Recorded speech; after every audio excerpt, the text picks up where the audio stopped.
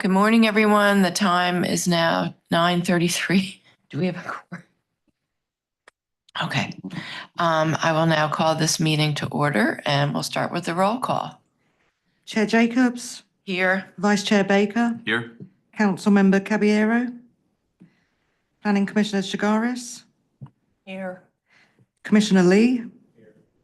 Mayor Pro Tem Middleton. Commissioner Valentine. Here. Here. Thank you. And I want to welcome Vice Chair Dr. Lee. I think this is the first time you're able to join us. So it is. Yeah. Welcome. Thank Glad you. to have Thank you you with us.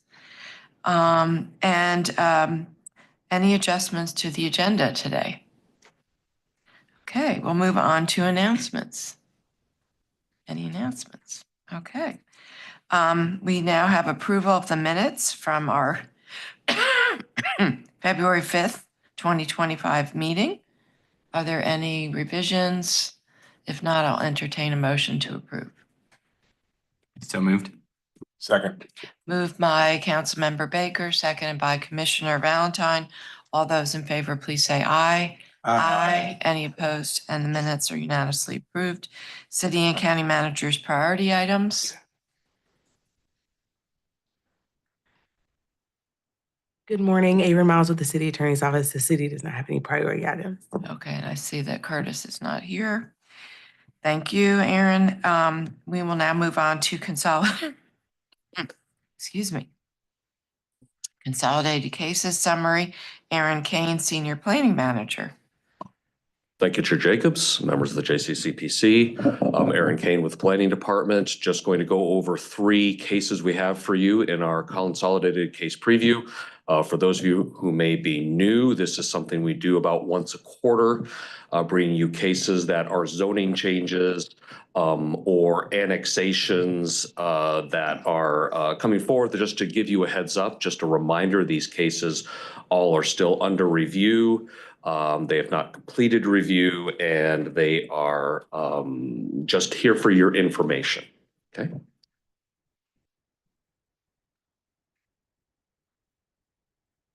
Am I doing better?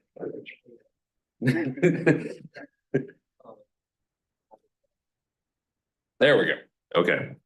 The first one is Bella Ridge. You can see the area hash marked, striped there. It is a currently rural residential and commercial neighborhood. They are looking to go to planned development residential. 3.804. They are requesting to put in about 300 dwelling units, a minimum of 200 townhouses, and 75 single-family houses. This is within the urban growth boundary.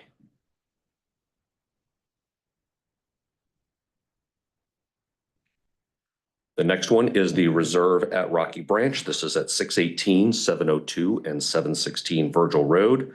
The request is for a PDR 4.250 in order to do 220 single-family and or townhouses. This is within the UGB. And the third one is Hamlin Reserve. There is no zoning request with this one, but there is an annexation request in order to do a conservation subdivision for 81 single-family houses on about 40 acres out at 2503 and 2523 Hamlin Road. This is outside the urban growth boundary and is not contiguous to the current urban growth boundary. So again, these are all under review at this time. None of them have been scheduled for Planning Commission at this time, but this is just for your information. Thank you, Aaron. Are there any questions about any of these cases? Okay. I have a question. Oh, okay. One around the major transportation corridors, since I think there were 2 of them that were listed as being within those. Will we be, I guess I know we haven't finished with the UDO revision, but are we going to be looking differently at that with, 15-minute communities and transit-oriented development when we review these types of cases now to look at opportunities to align with the major transportation plan and things like that. Or I'm not sure I'm understanding the question. Do you mean, are we looking at changing our regulations in the new UDO? Well, just like opportunities for those developments to support, future transit opportunities and things like that. Yeah, I mean, if they're within a transit opportunity area place type, we would absolutely be looking for a zoning district with characteristics and requirements that would meet transit-oriented development standards. Okay. Absolutely. Okay. And then related to Hamlin Road, since that's being proposed as a conservation subdivision, but it's, going to be looking at higher density and not necessarily just things like, not connecting to utilities. No, and they it's- are looking to connect to utilities. Okay. Yes, that is the Okay. reason for the annexation. Okay. They're looking to do a conservation subdivision within the requirements of the conservation subdivision. Okay. That's not changing. But they've determined that they need water and sewer utilities or at least sewer utilities in order to do that. And that is why they are requesting annexation. Okay, but are they within the future growth area? No, they're outside the urban growth boundary. Oh, they're outside of the urban growth Correct. boundary. Okay. Okay. This is one of the first ones that we've had. This like is, right? we've had one other this is the third application we've had outside the urban growth boundary. Mariah Ridge already came to the city and was denied. We have Yeah. another case under review out on Cheek Road. That one is adjacent to the urban growth boundary, but outside it. It is still going through the review process. And then this one would be the third one, and this one is not contiguous to the urban growth boundary. It would essentially either be a satellite or we need to make some sort of Okay, so connection. Does that mean this would come to our board for input? It would, Okay. yes. In terms of Once it is completed review before it goes to planning commission, after planning commission, thank you. Okay, all right. I got it. This is a new process. I got to get used to this. Yes, okay, thank you so much Mhm. for that clarification. Any other questions before we move on? Chair. Yes, go ahead. So off Hammond Road, there's a lot of projects going on. Is this just, a different segment of the existing projects that are going on? This will be further out Further out from the city. Okay, Yeah, a lot of you see with the purple, the IL zoning, that is where a lot of the, that and further to the southwest is where we're seeing more, the current activity taking place. I mean, there's a lot of activity in that particular area. There is. I might know that firsthand. Thank you. Good morning. Oh, Just could somebody from staff send us, because I know we've updated this process a few times around these cases. I can't remember what we decided or didn't decide, because it seems like if this is coming here and it's going to county commissioners anyway, does it really need to come here? Like if both boards are really going to see it anyway, like, is this just extra work for staff? And you don't have to answer that now. Y'all can let us know at some point. Thank you. Yeah, just real quick, what was agreed upon, and I'll pick it up, we actually memorialized it in the minutes for whatever meeting that was that we would still present these cases here, just as a quick heads up, that the ones that were outside of the urban growth boundary would then, after planning commission, but before city council, just have a informational presentation at the county commissioners work session. And so that was what was generally agreed upon. So that's what we've been doing. We have cut back, and as Aaron said, we're doing these quarterly now. We were doing them monthly, but to be honest, we don't get enough cases. These cases last they have a long lifespan. And so we really were not getting so many cases that it warranted on a monthly basis, and they move fairly slowly, that staff felt it was probably a better use of everyone's time to just bunch them quarterly. And you can see that for one quarter, we only had 3 cases. So. Thank you. Just as staff keeps working through this, there are recommendations for us to change the process again. What I don't want is it to be, this has to come 3 different times when it's a public hearing, and that is the actual opportunity for folks to have their say, regardless Sure. of whether whatever seat or resident or however there is a process, there's a planning commission. So again, just from the staff's perspective, what I don't want is for y'all to have to do, I hear what you're saying. At some point, if it changes, I don't think it's worth staff's time personally to do things 4 times because whatever, like there's a public process that is legally required that we follow. That's all. Thank you. I want to just add real quickly that I appreciate, and it makes my heart smile, that elected officials care about staff time and good use of staff time. I will say that one benefit that I see to this is that giving you all an early heads up, residents will start to call y'all, the county commissioners, et cetera. And so if you at least know, right, and you think, oh, that's right, let me go back to that agenda, look at this. Oh yeah, it's a thing, hasn't gone anywhere yet. I think that there is some benefit to just having some general knowledge, because otherwise what happens is folks email us and we have to do a bunch of digging anyway. So it's either time a few minutes up front or time later on. Right now, it's not burdensome because of the relatively low caseload, but we will definitely watch it because I very much appreciate the concern. Sure. Yes. Thank you. If I might, good morning, colleagues. Good to see you all, and pardon my tardiness. I think it's worth noting that this was born out of response to public pressure. And this was very much a temperature-specific kind of act on our part. And having a heads up is important, but it's not like the avenues and on-ramps did not exist for any elected official or any citizen, resident, to know what's on the docket. It's all public record, what we have coming before us. It's just a matter of how interested you are in going to the website and seeing. So I don't want to create the impression that, to Council Caballero's point, that we don't have to be surprised by this as elected officials if we don't want to.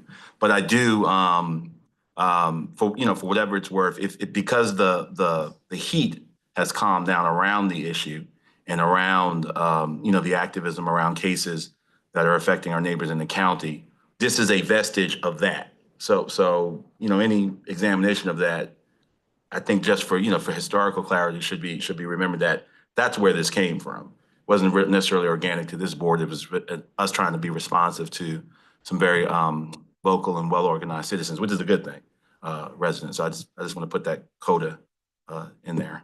Thanks. Thank you, everyone. I'll just state for the record that I'm in support of this process continuing as it is. Thank you. Next, we have the Walltown Small Area Plan update, and we have Carl Kolosna, Senior Planner. Hello, everyone. Sure.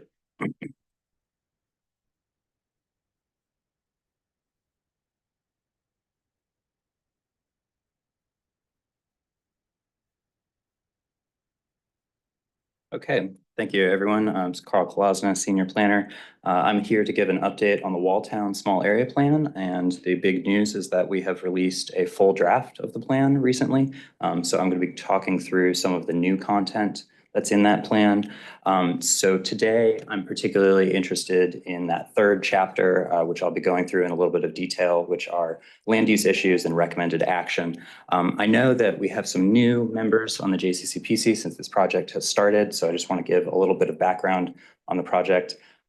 So this was born after the adoption of the comprehensive plan. There was a desire in the community and on staff level for small area planning. So this project, the Walltown Small Area Plan, was identified as a priority area to do a small area plan early last year. So the project kickoff for this project started in June, right at the end. The day before that kickoff meeting, there was a submission of a zoning map change for the Northgate Mall site. So sort of in response to that and wanting to be understanding that application ended up being withdrawn, but at the time there was a lot of focus on that. So basically the project front-loaded the Northgate elements of the plan. So policy guidance was drafted by staff pretty soon after that, and there was a round of public engagement that went to the JCCPC at the October meeting. And then there were revisions that were made to that were shared at the December 4th meeting. So the version of the Northgate policies, which are policies designed to guide land use decisions at the Northgate Mall site, those have been carried over into the draft as is from the December fourth JCCPC version that folks saw. So that's just a little bit of background where we are. In the months since that JCCPC meeting and based off of sort of a rolling engagement and feedback and understanding from residents as well as staff analysis, staff have started to draft this other chapter of the plan, which is not related to Northgate, related to the larger Walltown area. So I want to talk about the structure of the plan a little bit. So the plan utilizes sort of two key elements that were set in the comprehensive plan, and those are policies. So the policies are high-level guidance that guide and inform decisions. The policies in the plan are structured in the Northgate Mall guidance, basically, and that's because we're envisioning large-scale land use change. The comprehensive plan also has a sort of an element called actions, and those are a list of projects or initiatives, a menu of things that could be undertaken by local government to address specific issues. So the structure of the plan is, for this third chapter, the recommended actions are associated with land use issues that have been identified through this project. So each topic of the plan is structured with background information and then context that leads to the recommended actions in these different topics that we'll be going through here. So I'm going to go through each of these. I'm happy to stop and talk about each one of them sort of as we're talking about, or I can go through each one of them and we can go back to talk about each one of them. So the first one is flooding. So this on the left is a map of the FEMA official floodplain map. This was something that jumped out at staff pretty quickly when we turned on this layer. You can see the floodplain map has a really abrupt termination, basically. I've talked to engineers. I'm not an engineer. The engineers tell me water doesn't work like that. It's not going to stop magically at that line. I will note this sort of issue, Walltown is not the only area where this floodplain mapping sort of limitation has happened. In some research and conversations with our engineering folks and talking to folks at the state, this is basically a limitation of the floodplain analysis that was done by FEMA back when the last time that the maps were updated. So they are having to juggle efficiency of money and where they make decisions about where to stop doing more detailed analysis. But functionally what this means, so on the map on the right, you can see the creek, which is Dye Creek, sort of delineated there. The little yellow squares there are data that we've pulled from the Public Works Stormwater Division about reported flooding incidences going back to 2013. So you can see obviously a pretty clear pattern here of a lot of flooding reports. These are reports that are either went to their hotline or to one call that are immediately around the creek. But those are areas that are outside of the mapped floodplain. So based on topography and sort of intuition and some of the data that we have, it seems clear that there are properties and areas in Walltown that are not currently in the officially designated FEMA floodplain maps, but which are more likely to flood and perhaps should be in the map in those areas. So one potential recommended action is in conversation with our engineering folks, there is a process where we can submit either have that an additional engineering analysis done by staff or have a consultant to hire to do a more detailed floodplain analysis and then submit that information to FEMA. If FEMA agrees, then the floodplain would be amended. Now, there are some cons to this, basically. One is that, so right now you have properties that are likely not required to get floodplain insurance. If the floodplain were expanded, most likely those mortgage providers and things like that are going to require flood insurance. That's going to be an additional cost on property owners and residents. Kind of from the other perspective, we particularly thinking about the UDO and land use changes, in the future, it is likely that residential density allowances are going to increase. In some places, this is an area that is mostly going to be zoned RD, most likely. So we have floodplain regulations and we have processes that protect and require higher elevations and things like that, but those only apply to areas that are actually formally designated. So I think there's a potential here where we're going to see densification, increased development in areas that are not going to be required to get flood, to be doing flood permitting processes, but maybe that should be. So this is sort of a thorny one. That's why I wanted to start with this one. But basically, like I said, the recommended action, the action doesn't say definitely to do it, but to explore performing this analysis, having conversations with residents. I will say one thing also is as we're doing engagement on this, whether, you know, a formal flood study was undertaken and submitted to FEMA or not, I think sharing information with residents, just so people have an understanding of what the risk potentially is, even if they may not be officially in a flood prone area, to understand, you know, that there seems to be indications of more likelihood of flooding. Councilmember Javier, did you want to ask a question now? I think we can, if it's all right with you, we can do them each topic. Okay, so yeah, I have lots of questions about the Yeah, flood. go ahead. Could you go back? First of all, isn't Durham's line higher than FEMA's line? Don't we already require to be above FEMA's line? I think that's the baseboard elevation you're Yeah. talking about. Yeah, that's Like 2 feet. I live in a floodplain, so I know a lot about this. Right. So my opinion is if we're going to, right now like everything is onerous if you're in a floodplain, like period. It is expensive, it's onerous, it's not resident friendly. So if we're going to do anything about it, then my opinion is we actually have to have money to help folks do the things, because you can't even like change your deck can, like my neighbors are in a floodplain, their deck is rotting off the back of their house and they cannot get the engineering requisite from the city. So it's like a safety issue. And that's now, and we have no support.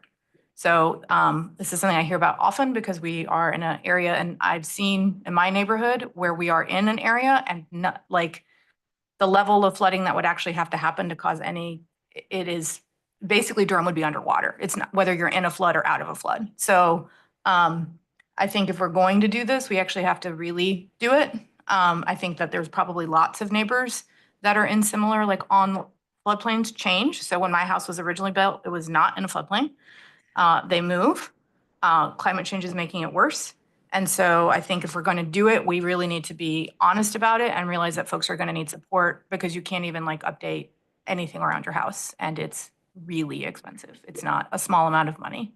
And the engineering requirements on it to whatever, like there's basically the idea is like the impact on soil from moving waters, like again, the level of destruction that would have to happen to do the thing that folks are afraid of is, yeah, but we're looking at Helene, quite frankly, in Durham.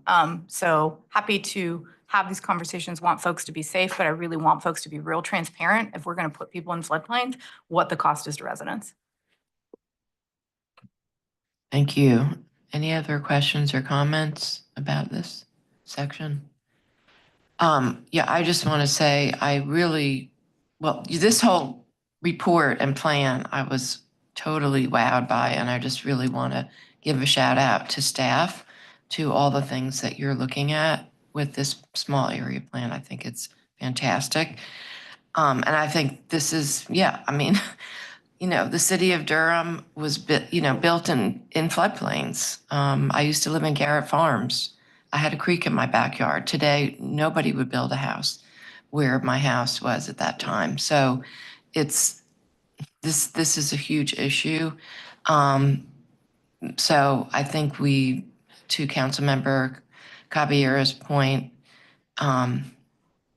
this is a big deal, but we do need to look at it, and people do need to be aware, because as we densify, we're going to be adding to the conditions that basically could put people and their properties at risk. So that's just a reality. So I definitely support staff looking at this more thoughtfully and carefully and deeply, and engaging the community. Thank you. Yeah, actually, I really appreciate Councilmember Caballero bringing up this issue with the floodplain, because I think that having these kinds of conversations brings up more detailed questions like this. We get into the weeds on issues that are affecting people, not just in this small area plan, but all over the city. So for me, I would be interested in a little bit more information about how we balance having good standards around floodplains, because you live in a floodplain, whether it's mapped or not, there's flooding, there's going to be risk of flooding or not. How do we make sure that it's not overly onerous on small single-family homeowners or small homeowners versus, kind of a redevelopment that is urbanizing and densifying from a more capitalized entity. Yeah, I think that's an interesting conversation that comes up when we have this kind of topic. So Yeah, and I forgot to mention, so we're having 3 public engagement meetings in person in Walltown. One of them is going to be entirely related to this issue because we know this is a really tricky one, and we've sent out mailers specifically to these property owners who we think potentially could be in these areas sort of in limbo in terms of the floodplain. Just real quick, and I do want to, there were lots of folks who got massive flooding in Helene that were never in a historic floodplain, Right. did not have flood insurance. Like that is, so I want folks to, I mean, in my opinion, everyone should just get flood insurance. Just get it. You live in the Southeast, storms are getting worse. Today's gonna be a stormy day. And so I think that was a lesson that a lot of folks, really had to learn the hard way in Western North Carolina.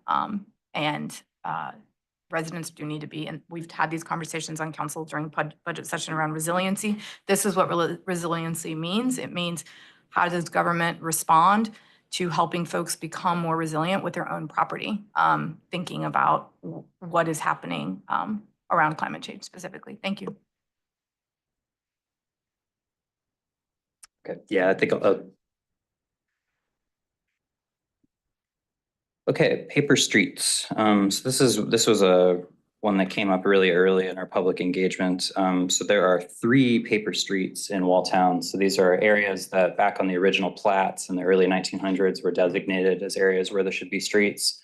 For one reason or another, in my experience, a lot of times it was environmental conditions. There was a stream or something running right through the middle of it. These streets were never actually built out.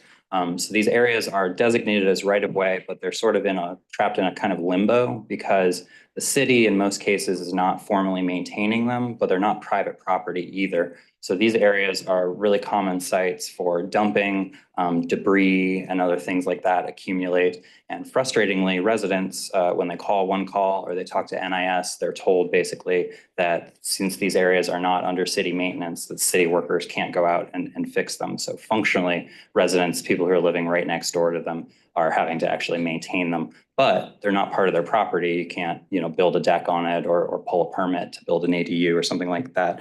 Recently, there was a big trash cleanup initiative that was done in Walltown, and 75 pounds of the 500 pounds of total trash in the whole area were just in this paper street A over there. So I'm going to talk about each of these paper streets quickly, but paper street A, I think for a variety of reasons, is really the one that has the most intriguing sort of opportunity. So paper street C is actually the entrance to Walltown Park on the Lancaster side.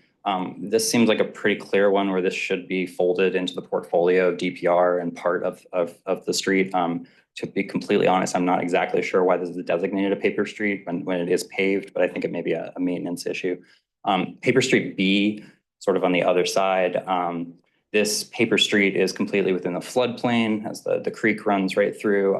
It's, the design of the park as it currently stands is not really, providing access or anything like that. So the plan document for paper street B recommends folding that into the portfolio of the park, basically. But we've gotten some feedback from direct property owners who live right next to the paper street B, who have been maintaining it for a very long time.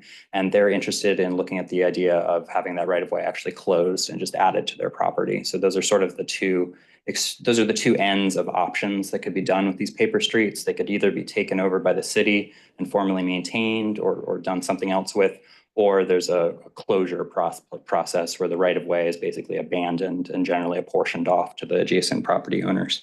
So paper street A, I think it's the largest one of the 3 in Walltown. And I think the real opportunity here is those 3 parcels to the north of it are also owned by the city. So when you combine that total area between paper street A and those 3 parcels, it's like 0.83. It's almost a full acre. This is an idea that's been percolating for a while. I've heard it continually from residents and sort of one of the main recommendations that I think are interesting in the plan is that this really seems like an area that could potentially become a pocket park or some sort of public open space. I'm actually working with the Office of Performance and Innovation, has a Paper Streets project that's happening citywide, and we've been in some early initial conversations with them and with DPR about the possibility of seeing what could be done with this paper street. It doesn't make sense to be turned actually into a street, but it seems like an opportunity for some sort of public open space, which is an intriguing idea. So the main recommendation in the plan is basically to look at that more seriously, to prioritize Paper Street A in the context of those 3 other city-owned parcels. One of the public engagement sessions that we're having actually this weekend is going to be talking about these paper streets. And sort of doing some initial brainstorming and thinking about what could be done with this land that since the current status is frustrating for residents, we seem to make sense to take action in one way or another. I'll stop there. Do we have any questions? Okay. Yeah. I just had a comment, which again, I think this is fantastic. Again, I want to applaud the staff, and we have already examples in the city of, you know, pocket parks and neighborhoods. I think about the Birch Avenue Park, Merrick Moore neighborhood has a garden and open space they maintain. Trinity Park. These are great opportunities to build community for people. So I think we have some good examples already of that. So I really love this. And again, applaud you all for looking at this. Thank you. Thank you. So I'll go through the next one quickly because it kind of dovetails in. So in Walltown, there are 11 pieces of property besides the park that are owned, but the majority of them are owned by the city. A couple of them are owned by the county. Virtually all of these parcels either have a stream running right through the middle of them or substantial utility easements that make them not appropriate or developable for something like affordable housing. So, or really any other more dense development. So it's a question of sort of what kind of open space or conservation or preservation opportunities are there here with these three public properties that are just to the north of that paper street on A. That seems to be a sort of key cluster of properties to prioritize in the context of that paper street. So the recommendation for the plan is really to prioritize those 3 parcels to think about what could be done around that paper street. Okay, private alleys. So these are very similar to paper streets. It's almost sort of a nomenclature thing in the plan. The paper streets in Walltown are going east to west. These private alleys, just like the paper streets, were platted back. Walltown was platted out with this really nice grid structure, and for every one of those grids, they had this small sort of private alley that runs north to south through them. Like the paper streets, these are in limbo. They're not technically private property, but they're not, most of them are not maintained by the city. There are a couple, there's 4 of them actually that have been formally taken over by the city that are paved and people can use for rear access. So that's sort of on one end of something that could happen. The other end with that would be a closure of these alleys. So back in 2003, 6 of the alleys in Walltown were closed by city council action, and that was around a Walltown revitalization project that was done. I think it was called the housing department back then. So there are about 24 of these alleys in Walltown. So more detailed block by block analysis is needed to make a sort of definitive recommendation for each one of those. We're hoping to learn more from residents at each block about preferences between, I've had groups of residents who've come to me who seem to all be on board that they're really interested in having this alleyway closed and the property added to their properties, and other people who are interested in having them be formally maintained and become true alleyways. So the plan recommendation basically is to do more analysis for these, but just wanted to highlight this as a similar issue to the paper streets. And like I said, we're hoping to learn more about if we can get sort of individual block recommendations through this upcoming engagement phase. Any questions about private alleys? I have a question. What happens if they became impervious surface? Would that be a concern, especially related to the floodplain issue? Yeah, I think it would be something to consider for some of these alleys. There's basically a creek running straight through the middle of them. So those are probably not appropriate to turn into, for a variety of reasons, to turn into an alley. Those would be ones where it would make more sense for them to be closed and just added as private property. Yeah. Yeah, I'll just say, alleys are great. You can take trash and utilities and other things like that and stick them behind all the houses, eliminate curb cuts, those kinds of things.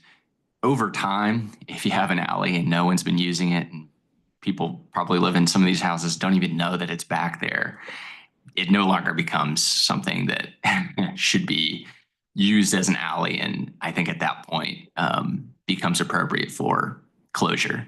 But wherever it's possible, I think it's great to revitalize an alley or create an alley. But, you know, in some of these older neighborhoods where people just didn't imagine that there was ever an alley behind them, you know, that's probably a situation where there's probably fencing back there, all sorts of things. It's probably appropriate to close this. So this is a sort of more technical analysis from staff side, trying to address a couple of inconsistencies that we noted between the place type map, the existing zoning, and the current land use of some properties. So one small one is that a couple of those city and county owned properties that are not developable because they have streams or something going through them in the place type map are designated as established residential, but that it's not possible to build on them, so that they should really be designated as the recreation and open space place type. For the other two, there's a couple of areas basically where we noted some inconsistencies. One is the intersection of Ida Street and Guest. There's a series of properties. They're currently zoned OI, which is, I think all of us, the OI is a challenging zoning district. These have been place typed as established residential, and the current land use is residential for them. So the plan recommendation is that, and this would be something that could likely be done through the UDO update, is that these should be zoned residential. I'll say for this one and the other one, we're reaching out to these property owners individually to talk to them and make sure they understand what the implications of a change like this might be.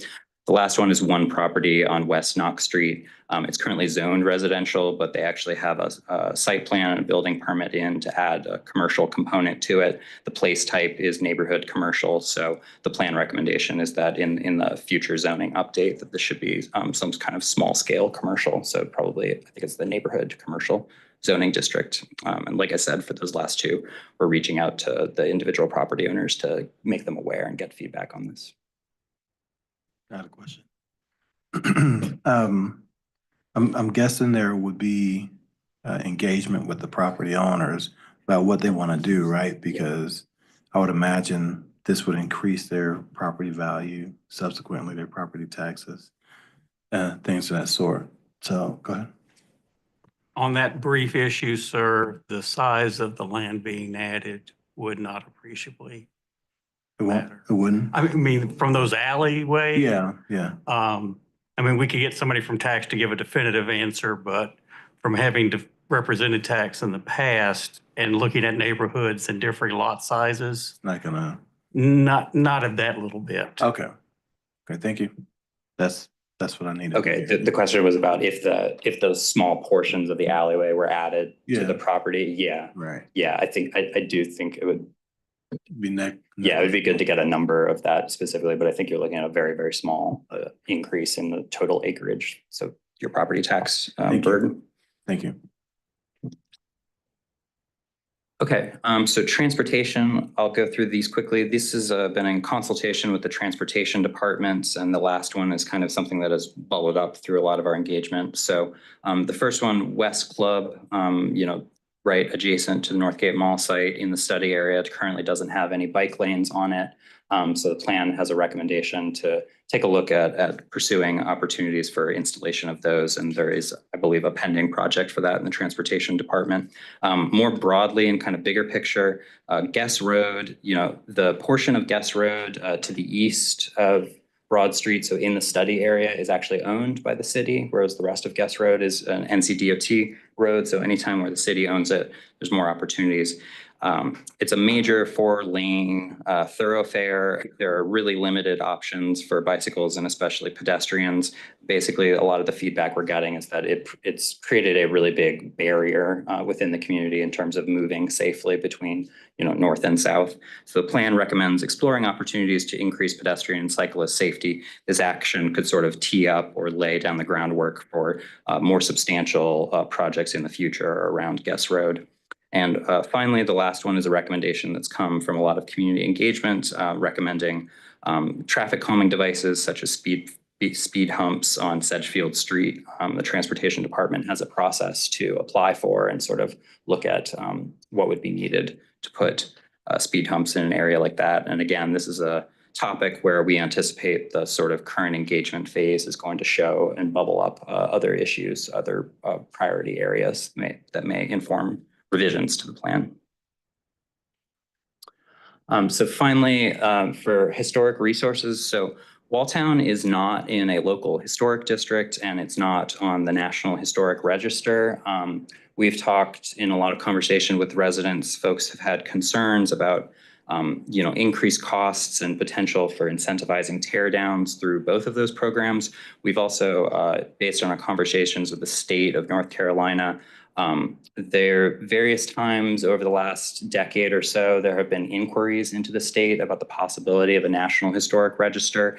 And there hasn't been a formal process done for that, but a lot of the times the indication back from the state is that the condition of so many of the structures in Walltown have changed substantially enough that the sort of architectural consistency in that area means it might be a challenging application to become a National Historic Register. So I think all of those reasons and sort of challenges and complexities and additional cost with the local historic district are part of the reasons why the Planning Department has created the Heritage Community Program.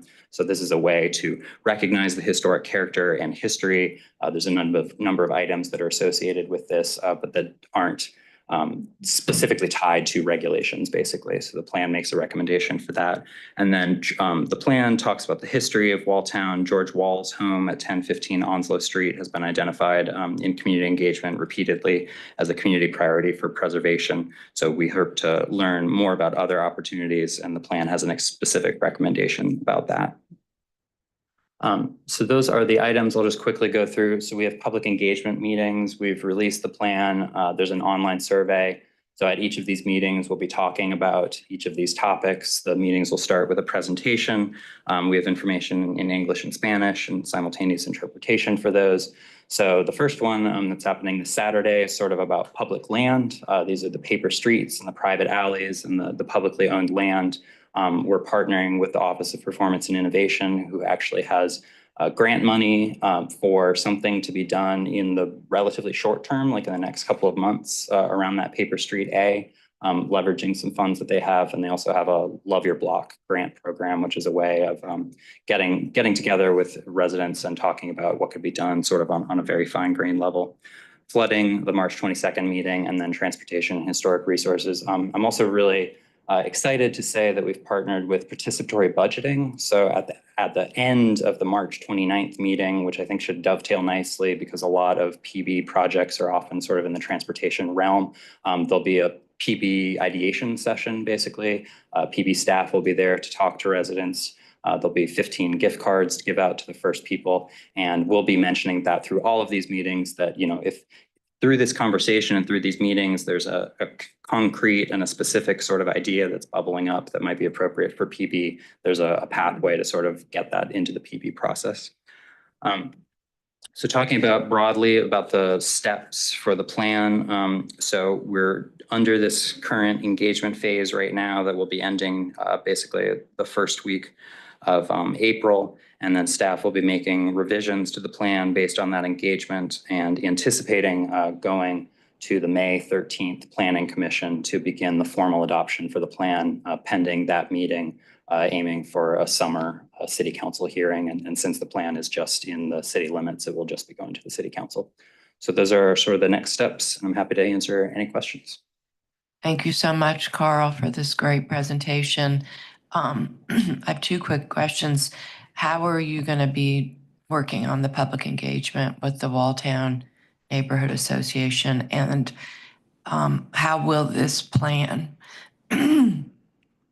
dovetail with the actual plans that the developer has for the Northgate Mall site? Yeah, so the first one, we've been in pretty much constant communication with residents in the Walltown Community Association. For example, just last week, we sort of co-developed a mass email to go out to their whole listserv to get the word out. I'm also really appreciative that they've been helping do door-to-door canvassing with flyers that we've created to let people know about the meeting. So a lot of work going into that.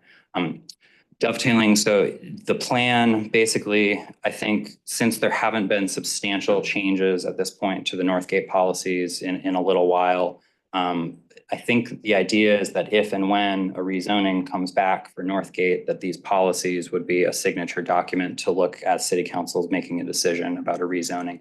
I know I've been in conversation with the property owners, Northwood, and they, at the most recent meeting at the December 4th JCCPC meeting, basically said that they were comfortable with where the policies were at this point and felt like they could meet them through the development proposal. So I think, we've front-loaded this process to get those policies ahead, set up so for when that process starts.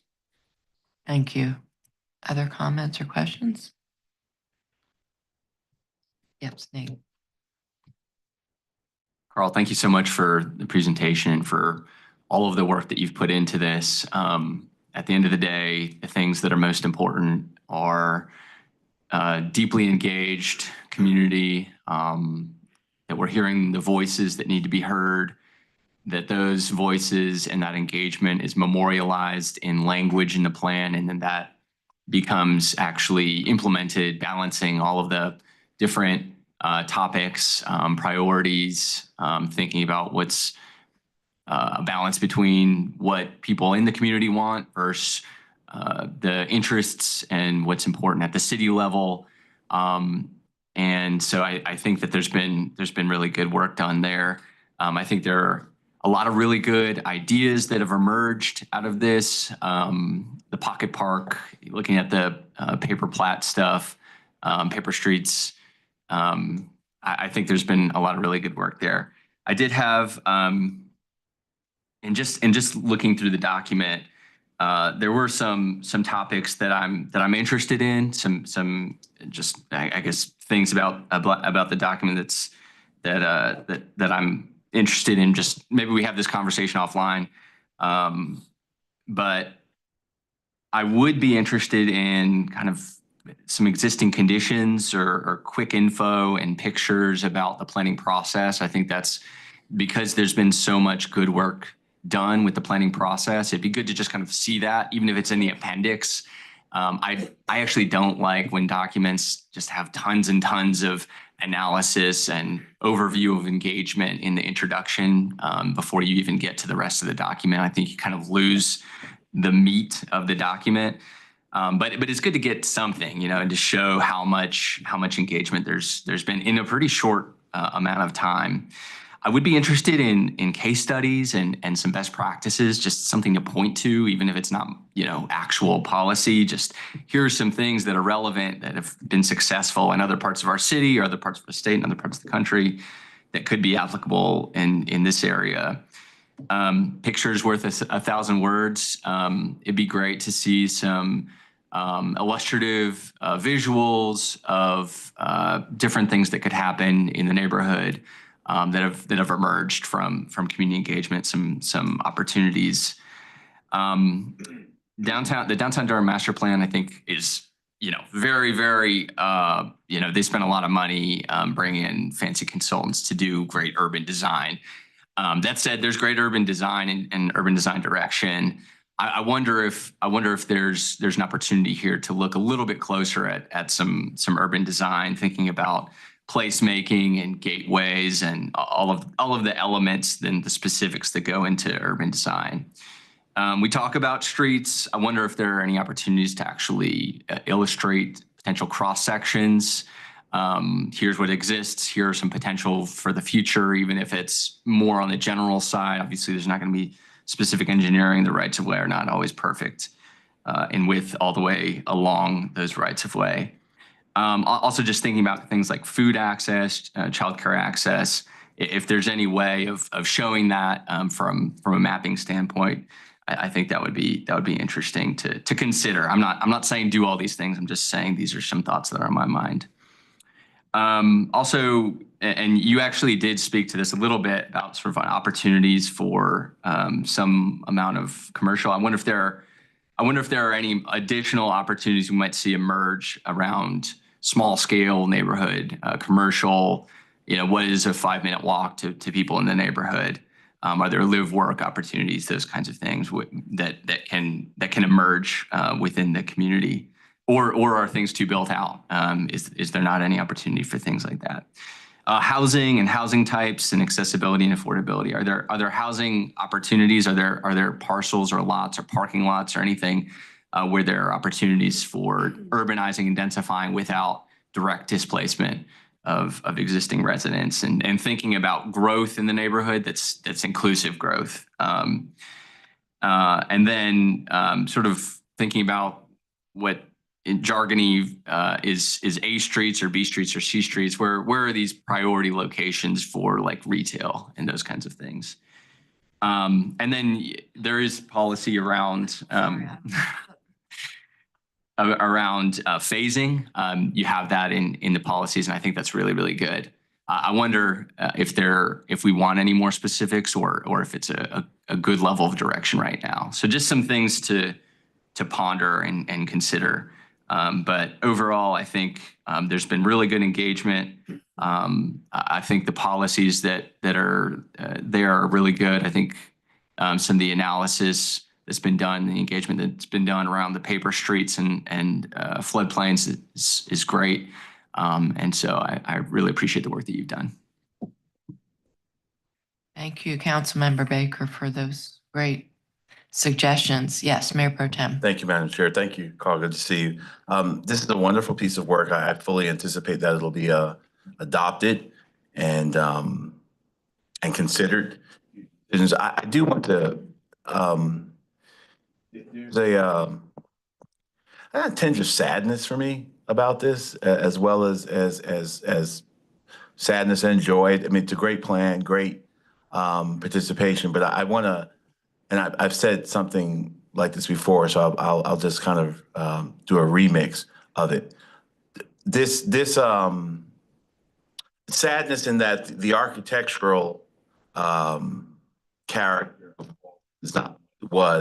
which provides us, with challenges in terms of historical area designation, but there's a spiritual legacy to it, and I certainly am excited about remembering that and recognizing the what is left of legacy and what left of Walltown in the DNA, recognizing George Wall's house. But I do want to be certain that we don't overpackage this or mistake what we hope it is as to what it actually is. This is not a plan to stop gentrification. Most of the folk that we would have wanted to champion Walltown for are not there anymore. The demographics of Walltown have changed. So the community engagement is of the community that's there now. And they're welcome. They're residents, their neighbors, their friends. I'm not, casting any aspersions on that. Some of them are newer folk. There are some remnants, some folk who were part of the original, or it's a historical folk who were in Walltown, but it's a very, very different neighborhood. And the small area plan is a great tool. And these are great, I think, great results that we've gotten, great work, great community engagement. And I'll celebrate that. What I will not abide is any pretense or theater that this is somehow addressing the historical inequities and disinvestment in that neighborhood, or we're somehow doing right by those folk.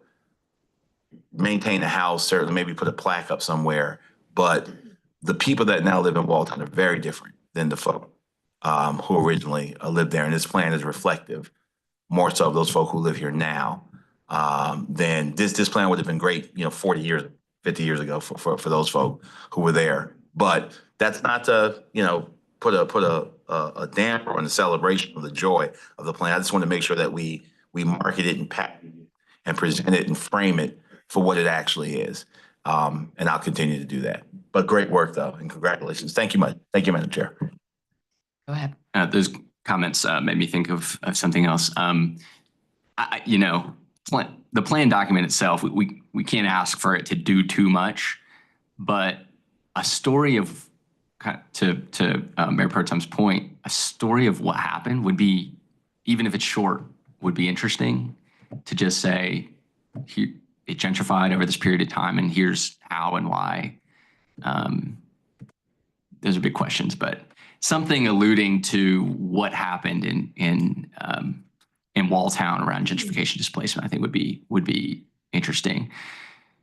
And then one other thing is, you know, I think it is the first small area plan in a while. So, you know, hopefully we can learn from this process and think about this process and reflect on it as, you know, moving forward with other small area plans and thinking about what are those areas that were Walltown, you know, 20, 30 years ago, and what could be done to, you know, not stop or end gentrification displacement, but, you know, soften some of the sharp edges of it and ameliorate some of its toughest impacts. So, thank you. Thank you, everyone, for your comments. And I think this really highlights the importance of small area plans and the importance of getting ahead of where there are development pressures. So I appreciate that the staff has included a number of them in the coming work plan.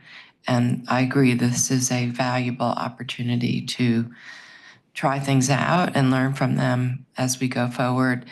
I just want to follow up on something that Councilmember Baker said. I think looking more deeply at what are some of the assets that are in the Walltown area already. There are a number of churches. There's a former school. Of course, we have the city recreation and center and park, but looking at more, also understanding what's in that fabric already, I think is also important. And some of the environmental sites, because there's also the former dry cleaning sites, as well as we know the issues around the park. So yeah, just making sure we're a bit aware of those type of details as well. And I was really fascinated when you said that they were county-owned parcels.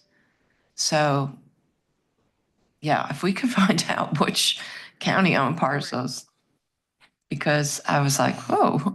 Yeah, there's 2 or 3 of them, I think. I've talked to Celeste Burns over the county open space. I think a lot of these were tax foreclosures, basically, and that just sort of folded into the county's portfolio. Okay. I don't think there's any like active projects or Okay, ideas because working them. yeah, we need to look at some policies around that because, as I mentioned before, I think it was back in like 2017 or so, the county adopted a policy that we would actively engage the city around our foreclosure lots for things like affordable housing. So we may need to revisit our policy around these types of lots and how we can convey them to the city, especially if they're going to be used for things like neighborhood pocket parks or open space and things like that.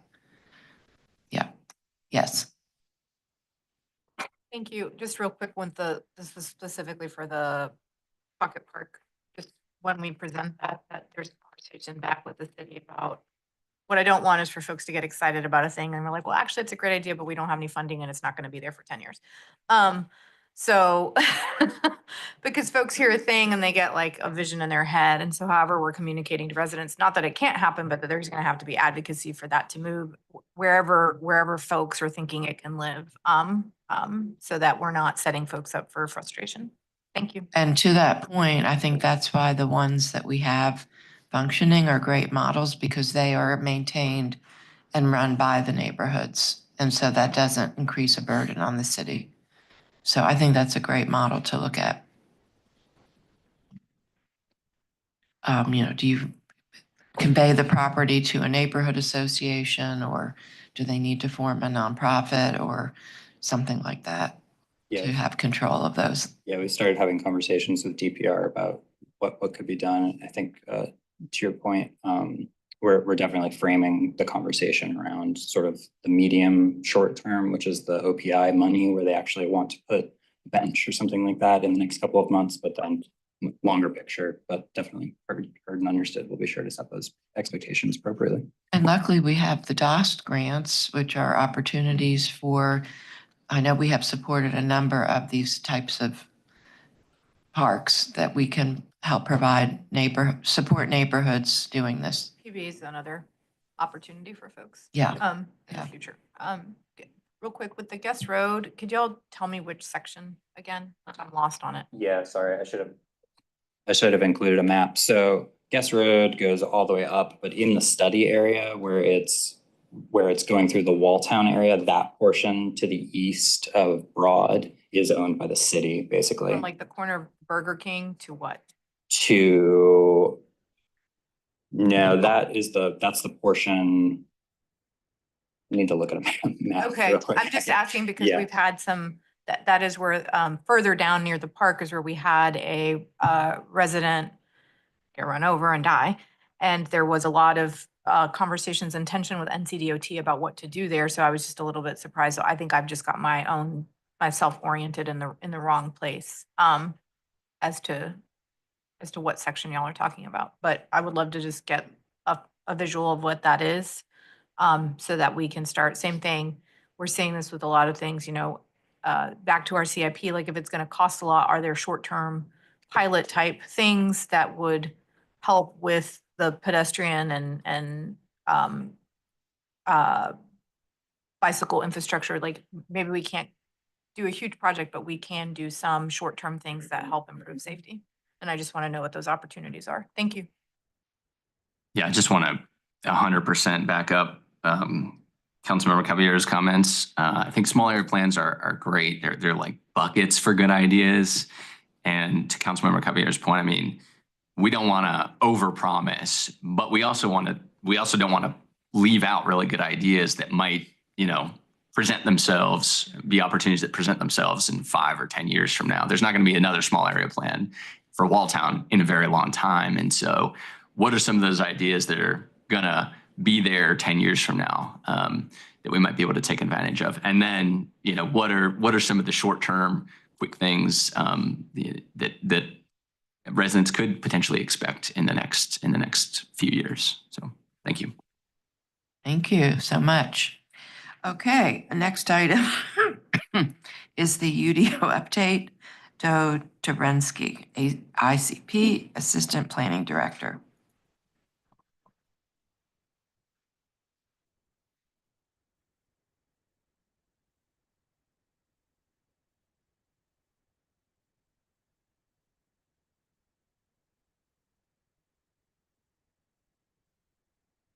Dobrensky Planning.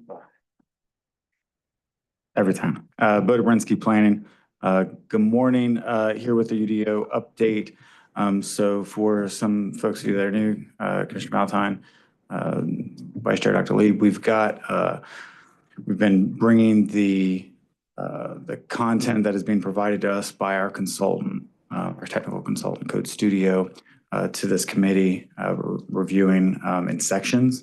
So the new UDO draft is broken up into 4 modules, and we are currently going through the second module, sort of bit by bit. So as we're doing this, you're welcome to provide comments or questions while we're going through it, because I think that's probably a little bit easier than waiting to the end. But of course, we'll take questions at the end as well. In terms of an update on the project itself, last month we talked a bit about a bit of a delay due to recent legislation, as well as some staffing issues with our consultant. So we are still ironing out the full impacts in terms of our schedule. We do anticipate in the next couple of months coming forward with engagement activities surrounding the second module in its entirety, as well as bringing the remaining second module to you all. So today is a fairly light agenda item, whereas I think the next month or two maybe be ready, I guess, for some dense conversation. So in terms of Module 2, there's this is really the development standards section where get into the way the technical way that individual properties may be developed, whereas Module 1 was density and uses and more of a bigger picture look at the development itself. Last month we talked signs. This month we will be talking transitions and screening. So one of the big changes you'll notice from the current Unified Development Ordinance is just the terminology changing from project boundary buffers. Their terminology of transitions as well as combining screening into the section will help consolidate some of those provisions into one location, whereas our current UDO, and you've heard me say this before, the provisions are spread out throughout the document. So there's a little bit of a consolidation effort there. Looking at this first page here, you'll see the table that we use to recognize which transition type is to be applied when a property develops.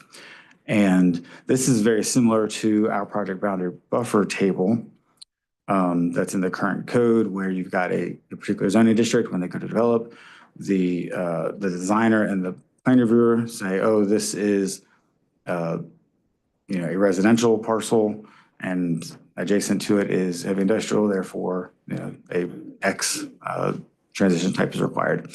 If you see this table, and I won't get into each of the districts and all the justifications, I will say that the prior to the privately initiated text amendment known as SCAD, which I think most of you are familiar with, we had required substantial landscape buffering for every project many times with similar projects. Next to similar projects, I would always use the example of if a Wendy's was being constructed next to a McDonald's, they had to be buffered from each other substantially. If there was residential next to residential, they would be buffered from each other. Certainly if it was multifamily versus single family. So with the adoption of SCAD, many of those buffers were removed. If it was a like use next to a like use, there was no reason to assume impacts from these folks because they are either multifamily or just because it is another similar use. So this section of the ordinance or this proposed draft keeps a little bit of that flavor in terms of, we're not requiring substantial buffers in between every project.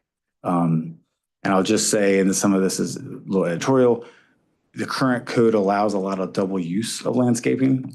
And so what happens is in our current code, where there's landscaping required, it's called one thing, but it's actually achieving something else because, so folks are using their project boundary buffers for their tree coverage and also their parking landscaping.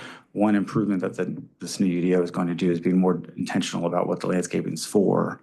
And so if we need a transition between, a commercial heavy use and residential, then we'll require those transitions and try to mitigate those impacts.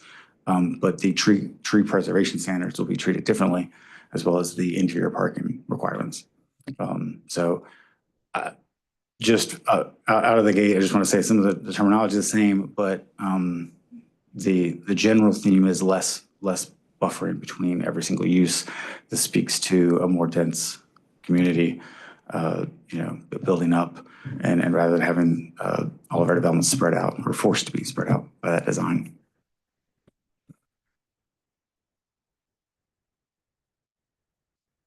So as I said, it breaks it down to 3 types of these transitions. This first one here, type A, and obviously they're really dictated by the width.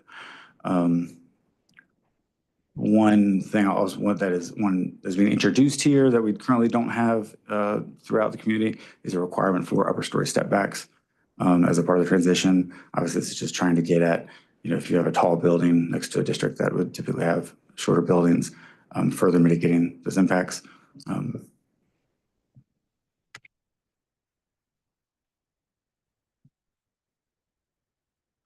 Chris, you're gonna have to do it. Thanks, I guess. So type A, obviously, here we go with type B, 15 feet.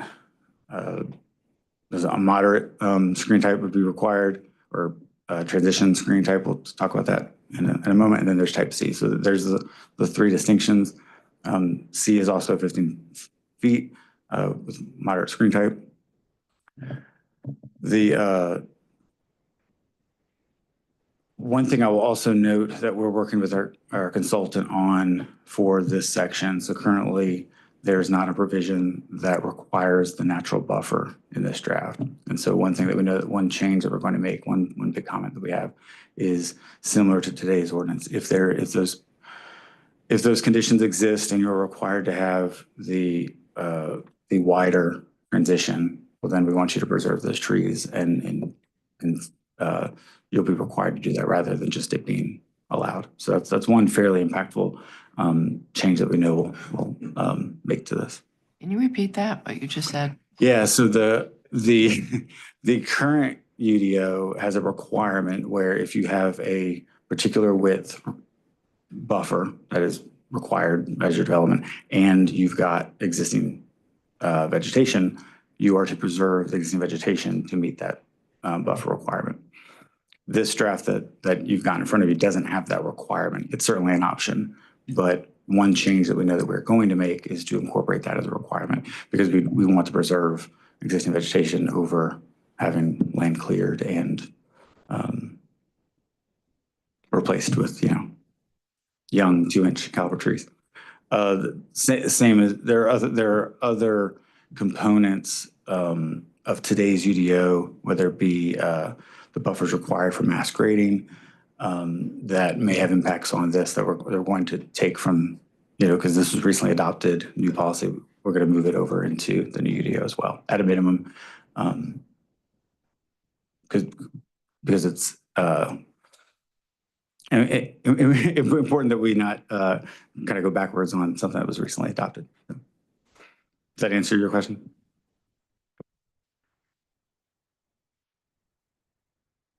It worked. All right. One shift in this proposed draft, and of course, please provide any feedback or comment. So in these transitions, you've got different types, and the big difference with the type is essentially that you're able to get a fairly significant reduction in the width itself by providing a wall. Now, obviously with the price of land and many of our tighter lots or tighter development sites, area is most important. Walls would accomplish mitigating some of these impacts in terms of noise or visual, of course. The current UDO has a similar reduction, but I believe it's 15% of the buffer. So given the cost of a wall or to construct a wall and it only being 50%, we hardly ever see that used. So what's being proposed here is more reductions that are a more significant reduction that could be available with the wall. That if that is something that you are, if for example, if you are opposed to walls and don't think they actually would accomplish that, then I think we can look into not incentivizing it as much. I will say with the general reduction in these transition widths and applicability, I still don't think we would see a bunch of a bunch of sites with walls around them, because I don't think that would be the type of community that we want to see overall. But that is one fairly substantial change in terms of what we're incentivizing. I mean, that's cultural. Sorry, Spanish design, you have walls around your house. So I'm perfectly fine with walls. There's plenty of parts of the United States when you go, people just front, back, everything's walled. And when you are close in, you appreciate the wall. So I think that if we're going to take density seriously, I think that's one of the things that we struggle with in Durham is that we don't have that history, right? And so folks are like, well, I don't want to be so close to my neighbor. It's like, there are plenty of places all over the world that are very close to their neighbors and you put up a wall for privacy. And so I think to incentivize that is fine on my part. I would love just you said some previous things around setbacks. Could we get pictures of what that actually looks like versus just these little diagrams? Because what I hear a lot is like we have like these massing rules on bigger buildings and then ends up with this like what we see downtown a lot, this like different what you're showing these step backs and things, and then you have that building near Gear Street that everyone hates, right? Because of massing. And so, and then you have older buildings in older cities that don't do that. It's just done with um different facade or whatnot. And so I just would love to see some actual good looking buildings that use these types of rules. Does that make sense what I'm asking Yes. for? Okay. And that is something that we've talked about prioritizing with our engagement efforts, because we recognize that we can do, or our consultant, because I do it, can do a really great job in terms of these diagrams. But we know that when we go out to the community with this, we want to show examples and try and show real life examples, either using development and when we can using development in Durham that is relatable. And but yeah, we definitely can do that. We see that we see a lot of that downtown. I don't know how to explain it. The kind of like the first floor is tucked out and then it comes in and then, and it kind of looks like a weird modular whatever. And then people are like, that building is really ugly. I'm like, well, those were our rules. So if we want to have prettier things, we have to have better rules. I just have a follow-up question around the walls. Have we looked at using walls where you also have landscaping on the other side of the wall? Because that also can make walls more palatable as well. And I'm thinking about the development that you helped with, Sarah, in East Durham, where there was had been mass grading and there was like a huge drop off in people's backyards. And the developer ended up putting in some fencing for safety reasons, but basically a wall. But where you would want to have landscaping in front of that for the existing property owner. So how do we look at that? I'm in full agreement, and that's one of our comments that we've got in our, there's a list of comments, obviously, where we're going back and forth with the consultant, and we agree. Yeah. So that will be more than just looked at. That will be one of the changes that we'll make. Right. Okay. Thank you. You good?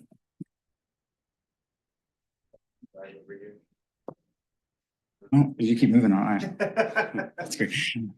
Yeah. So one other fairly simple change is the idea of these frontage screens section. So looking here on the right, right now, again, some of these provisions or some of these similar provisions that we have in our code today are spread throughout in other sections of the ordinance.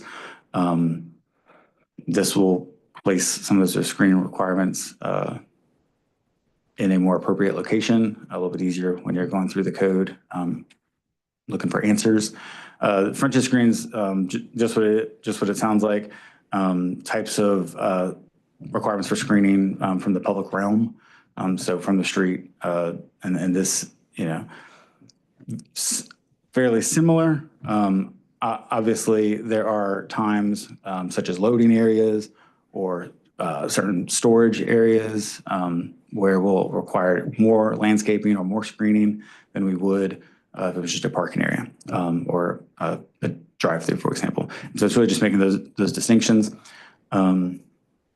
Currently, the existing code treats those as project boundary buffers.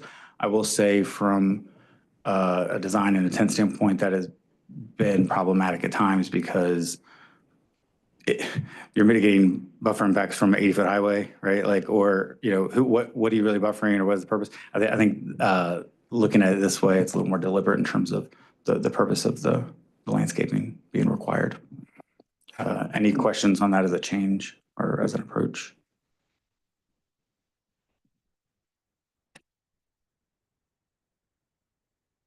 That's great. No, Okay. we're not there yet. Okay. Very, very close though.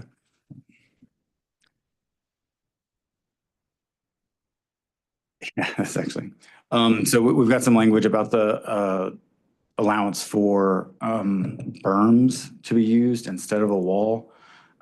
This is actually interesting, as this is one of the first instances where we're using the UGB as a line to sort of say, oh, we're fine with berms in these areas that are more rural or more suburban in nature, whereas we don't necessarily want a berm in these areas where we're trying to see more density.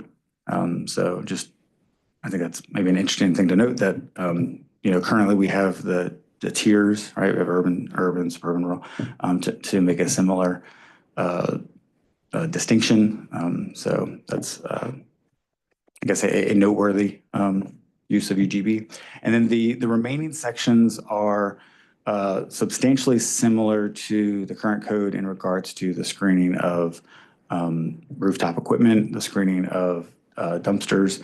I don't know if, the walls that are around dumpsters, always, that's a current UDO requirement that we would continue to maintain with some tweaks for readability and simplicity.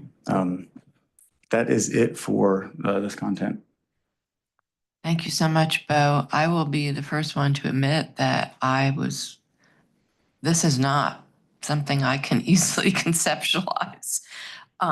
So I definitely feel like I am relying on your all's expertise in this. I agree with Councilmember Caballero. I think some visuals on these things would be really helpful, because this feels very technical to me. But I think the goals of how do we make buffers really work for people and for the intended purpose, especially related to good design and improving people's quality of life, things like that. I mean, that those should be really the goals.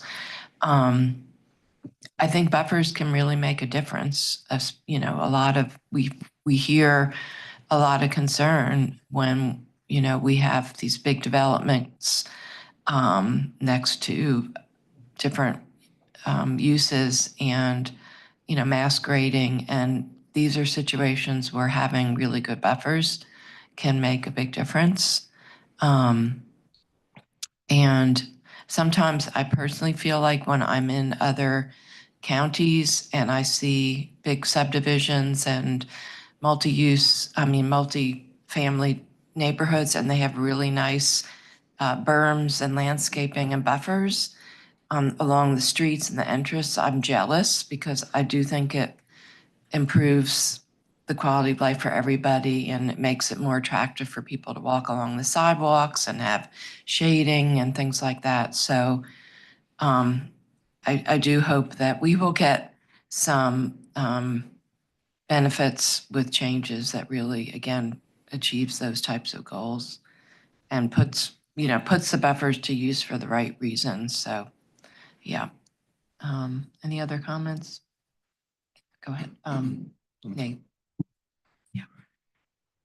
Yeah, I think I agree with a lot of what's been said, and Councilmember Caballera's request for visuals would be very, very helpful in communicating some of this stuff, and just kind of, there's a lot of technical stuff here and just kind of what's the gist. And it sounds like it's reorganizing, making it more user-friendly, adding visuals so that it's easier for people to understand and interpret. And there are some content changes and some of those things that you went over. I think that transition and screening, not a super sexy topic, but one of the most misused and overused, I would say, standards in the American city, in terms of separating things that don't need to be separated, adding burdens that don't need to be added, that aren't making developments or the city or neighborhoods better. And there are places where it's a good thing. To Commissioner Jacobs' point, there are places where we want to have a wall. where we want to have some landscaping or berms or something like that. And so, again, this is so technical that I can't really quite understand how what this change looks like or how it'll be applied. But in terms of what you've said so far, I think everything seems to make sense.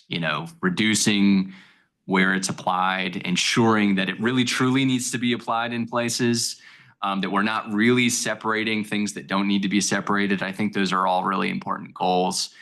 In terms of separating the frontage, I do see a lot of value in providing a visual buffer to things like parking, so that when you're walking down the street, you're not just right up against moving vehicles here and parked vehicles here. On the other hand, I also just want, and I don't see it in the draft here, but because it sounds like we're moving away from it, but we shouldn't be afraid of, and we shouldn't pretend like there isn't development where there is.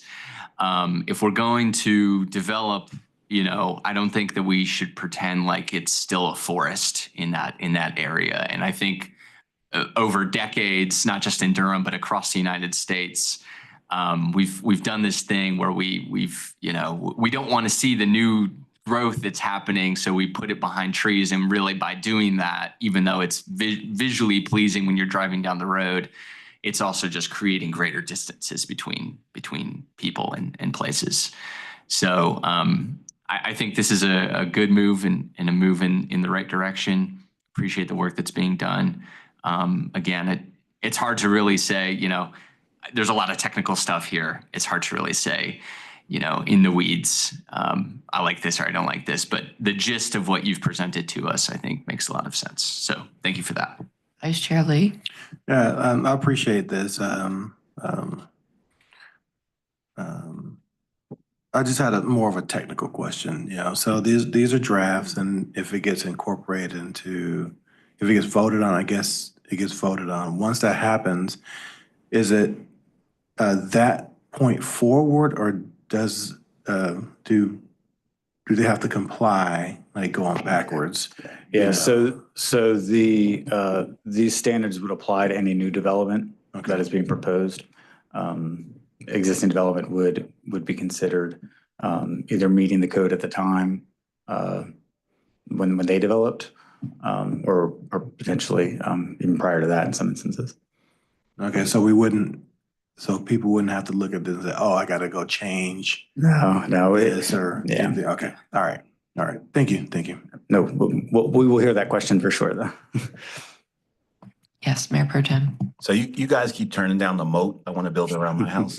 Will this get me closer to? You don't have to answer now. You can get back to me. Any other questions or comments?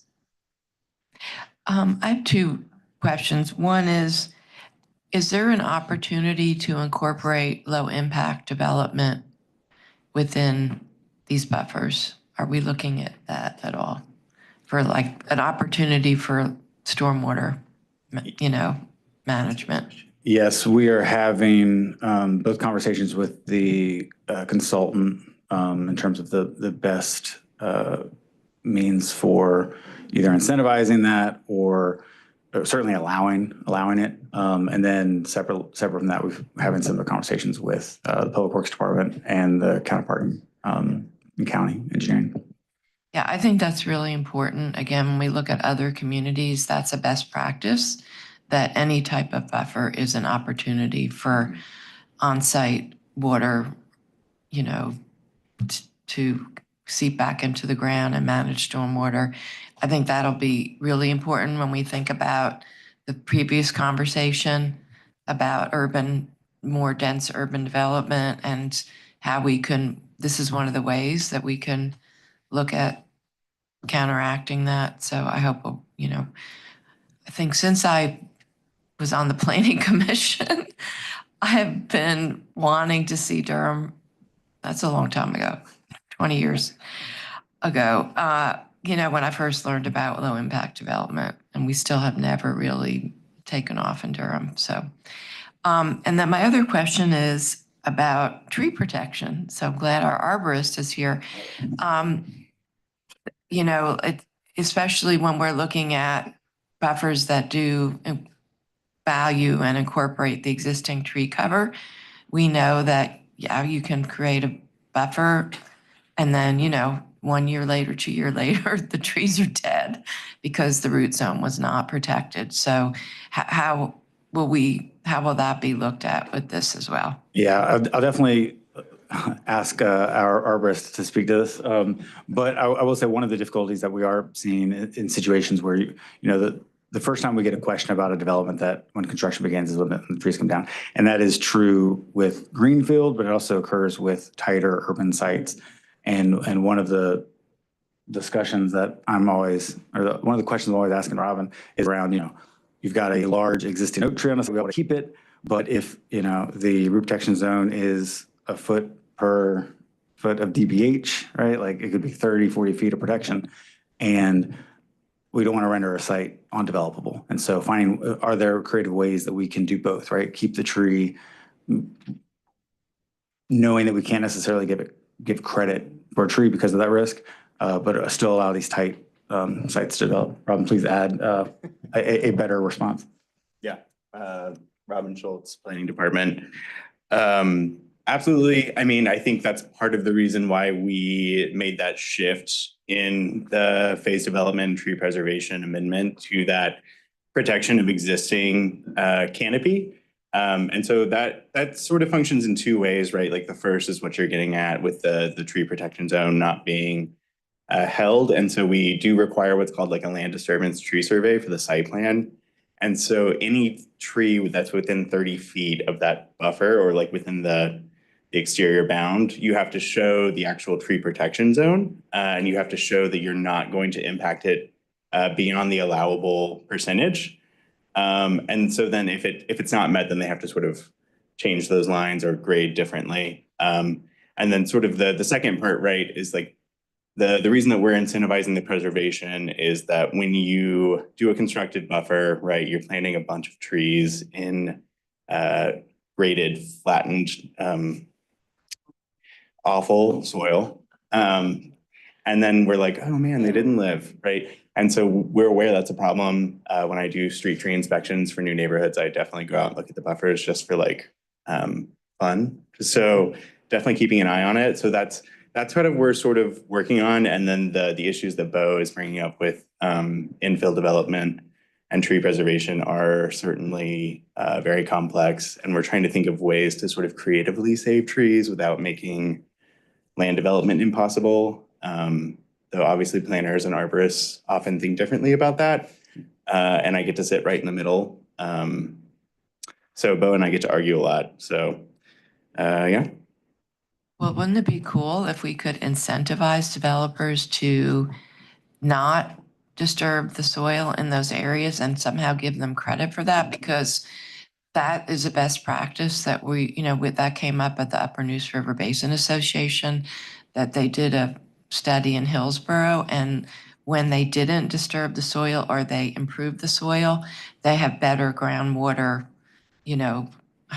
my brain is not working, but what's the correct infiltration? Thank you. Which then prevents, the runoff and, the whole, thing that people are upset about by soil erosion and particles getting into the water. So it's a very simple thing to fix that. So I don't know.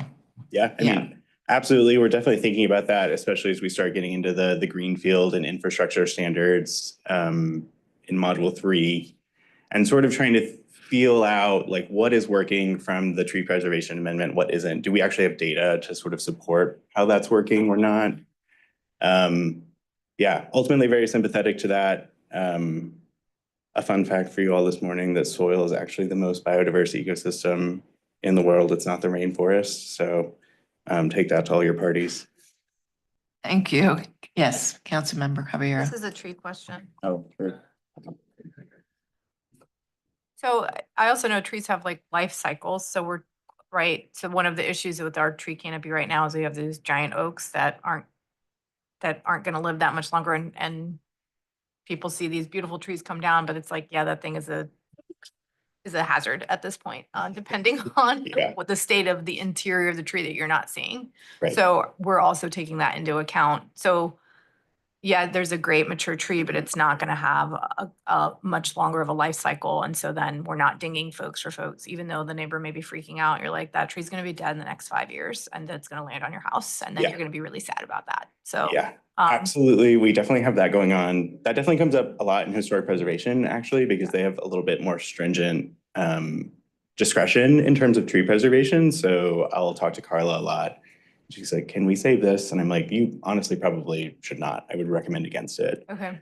And so as part of my job, it's required that I have a certification called a tree risk assessment qualification, which is a separate part. It's like sort of in addition to being an arborist. So I do that as part of those assessments. And so I have gone out if folks have asked about sort of neighboring development, if they have questions about like, is this tree, should this stay? You know, I absolutely understand the attachment, but I think ecosystem disservices is also a very real term. So yeah, trees are complicated. Thank you. Mm-hmm. All right, thank you so much for this report, Bo. And I felt a lot better when Councilmember Baker said that he found this also very technical. So, any other comments or questions? I did want to do an excused absence for Kim Cameron. So if we could do that, she had So moved. moved by Councilmember Baker, seconded by Councilmember Caballero. All those in favor, please say aye. Aye. Any opposed? Unanimously approved. And just want to say our next meeting is, oh, it's not on here, but when is it? Wednesday, right? It'll be in April, whatever the first Wednesday in April is. Can someone tell me? What's the date? April 2nd is what I have. Okay, April 2nd. And Vice Chair Baker will be chairing that meeting. I will not be here. And we are giving everyone back about, yes, I have a question. Like, yes. are we going to get the next module at the next one, which is pedestrian and bicycle mobility?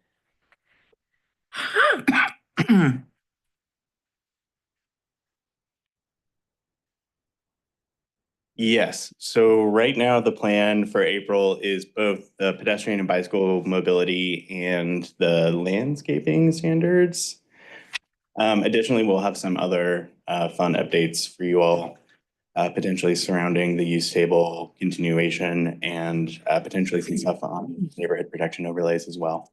Thank you. So my ask will be that sometimes y'all do a pretty good job about not putting too much on our agenda. So thank you. But sometimes folks put too much and then we don't really get the opportunity to really dig in. And so I guess my request is those are going to be real heavy. And so not to put too many other things. Thank you. Okay, thank you. So we are adjourned. Have a great day, everyone. Madam Chair, Yes. before we adjourn, Yes. on last meeting, I wasn't able to be here because of Yes. a doctor's appointment. Yes. So I'm asking that An excuse absent, be considered. absolutely. So if we could do, and I think, would you like one as well? Okay, so an excused absence retroactively to our February 5th meeting for Commissioner Vice Chair Lee and Commissioner Valentine. So moved. Second. Moved by Councilmember Caballero, second from Councilmember Baker. All those in favor, please say aye.